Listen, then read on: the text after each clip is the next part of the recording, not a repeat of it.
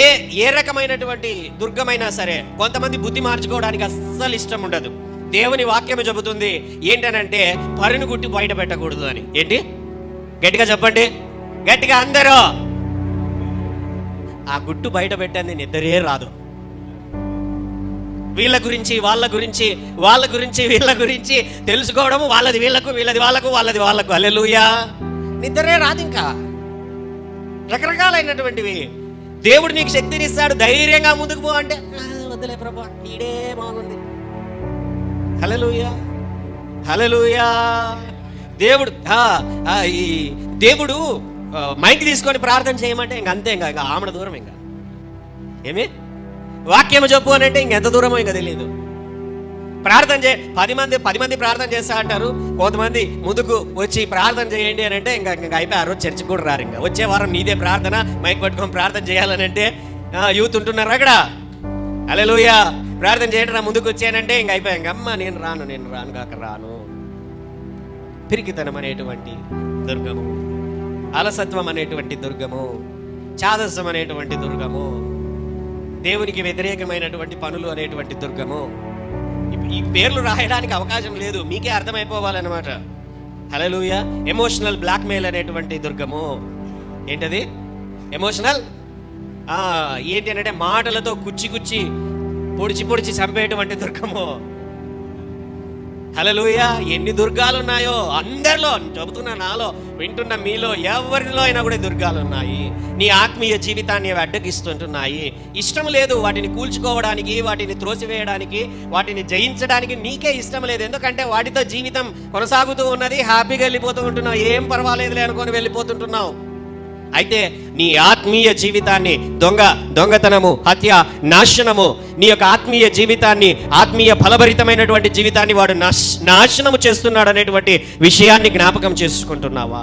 నిన్ను ముందుకెళ్ళకోకుండా, దేవుని యొక్క పిలుపులో నువ్వు సాగకుండా, ఫలభరితమైన జీవితము 30 ఇంతలుగా 60 ఇంతలుగా 100 ఇంతలుగా ఫలింపబడడానికి దేవుడు నిన్ను పిలిస్తే అది ఫలింపబడకోకుండా అవి నిన్ను అడ్డగిస్తున్నాయనేటువంటి విషయాన్ని, నువ్వు ముందుకెళ్ళకోకుండా దేవుని యొక్క చిత్తమును ప్రణాళికలో ముందుకెళ్లకుండా అవి అడ్డగిస్తున్నావు అనేటువంటి విషయాన్ని మర్చిపోతున్నావు.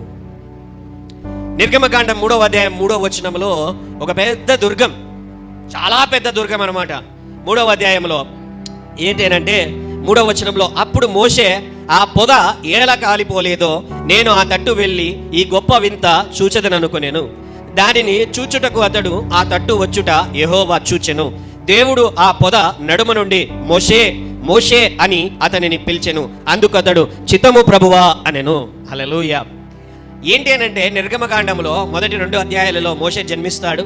మోషే జన్మించిన తర్వాత వాళ్ళ అమ్మ చంపేస్తారని భయపడి వాళ్ళ అక్క నీళ్ళలో వదిలిపెట్టేస్తారు. నీళ్ళలో వదిలిపెట్టిన తర్వాత ఫరో యొక్క కుమార్తె యొక్క ఎద్దకు దొరుకుతాడు. దొరికినటువంటి తర్వాత ఆమె పెంచుకుంటుంది. పెద్దగా అయినటువంటి తర్వాత తన యొక్క కలర్ చూసుకుంటాడు. ఎందుకంటే ఐగుప్తీయులు అంటే బ్లాక్, ఈజిప్షియన్స్ అంటే ఆఫ్రికా దేశం అంటే బ్లాకే.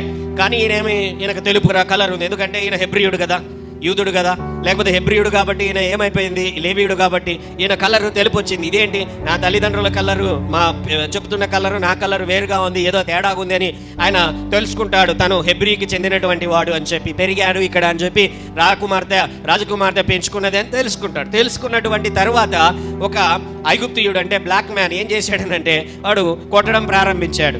ఎవరిని? ఇశ్రాయేలు ప్రజల్ని. ఏరా అన్యాయంగా కొడుతున్నావు అని చెప్పి వారికి ఒక పెద్ద గుద్దుగానే వాడు ఒక దెబ్బకు చచ్చిపోతాడు. చచ్చిపోయినటువంటి తర్వాత ఏం చేశాడంటే ఈయన పారిపోయాడు. ఎందుకంటే ఒక ఐగుప్తీయుని చంపాడు కాబట్టి, న్యాయ శిక్షకు లోబడాలి కాబట్టి ఇతన్ని చంపేస్తారనే భయంతో పారిపోయాడు. 40 సంవత్సరాలు గడిచిపోయింది. 40 సంవత్సరాలు ఉన్నప్పుడు పారిపోయాడు.